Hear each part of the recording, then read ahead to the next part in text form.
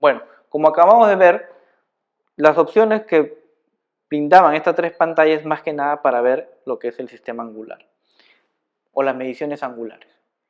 Pero si yo quiero leer distancias, medir distancias ya con el equipo, tengo que saber primero cómo voy a leer, con prisma o sin prisma.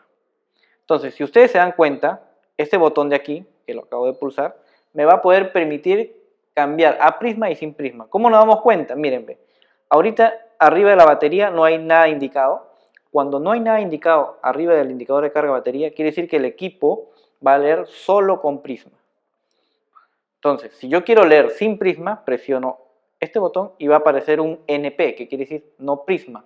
Entonces, ahí ya el equipo va a leer sin prisma, en rebote en cualquier superficie.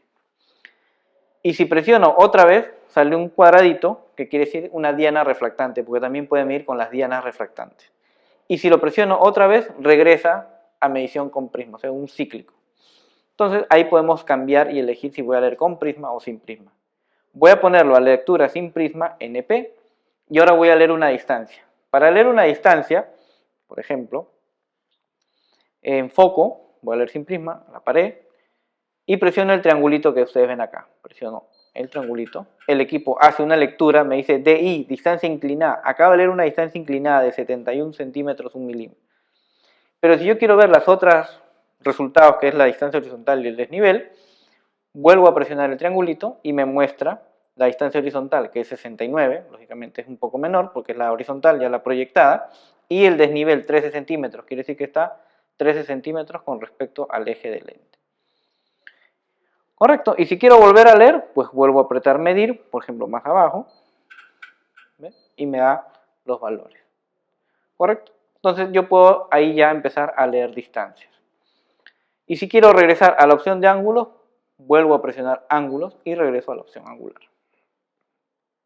Ahora, otra forma de mostrarnos los resultados, los datos, ya no es con distancia, puede ser también que me dé las distancias o la información ya en coordenadas, porque yo necesito la coordenada de ese punto. Entonces para ello vas a presionar el botón de coordenadas que está aquí. Presionas 4 y el equipo hace una lectura y ya me muestra el valor en coordenadas norte, este y z.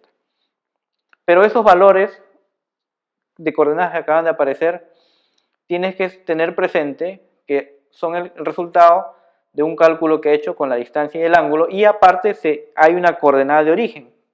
Entonces hay que también ingresar esos datos. ¿Dónde ingreso esos datos? Una vez que le dio la coordenada, vas a la pantalla 2 y ahí están algunos datos que son importantes. La altura del prisma, que es la altura del prisma, lógicamente, para saber la cota del punto cuando voy a leer. La altura del instrumento, también lectura aquí, y la coordenada del punto ocupado. Entonces, yo presiono CPO y ahí es donde puedo yo cambiar la coordenada. Por ejemplo, se me ocurre cambiar la coordenada aquí 500, aquí 300 y aquí 100. Entonces el equipo vuelve a leer porque ya le modifiqué un dato. Entonces ahí está dándome ahora sí la coordenada de ese punto con respecto a la coordenada de origen donde está estacionado el equipo. Y la orientación pues se hace en la vista anterior, o sea en la vista de ángulo ustedes pueden orientarlo a un punto, a un azimut, lo que ustedes quieran.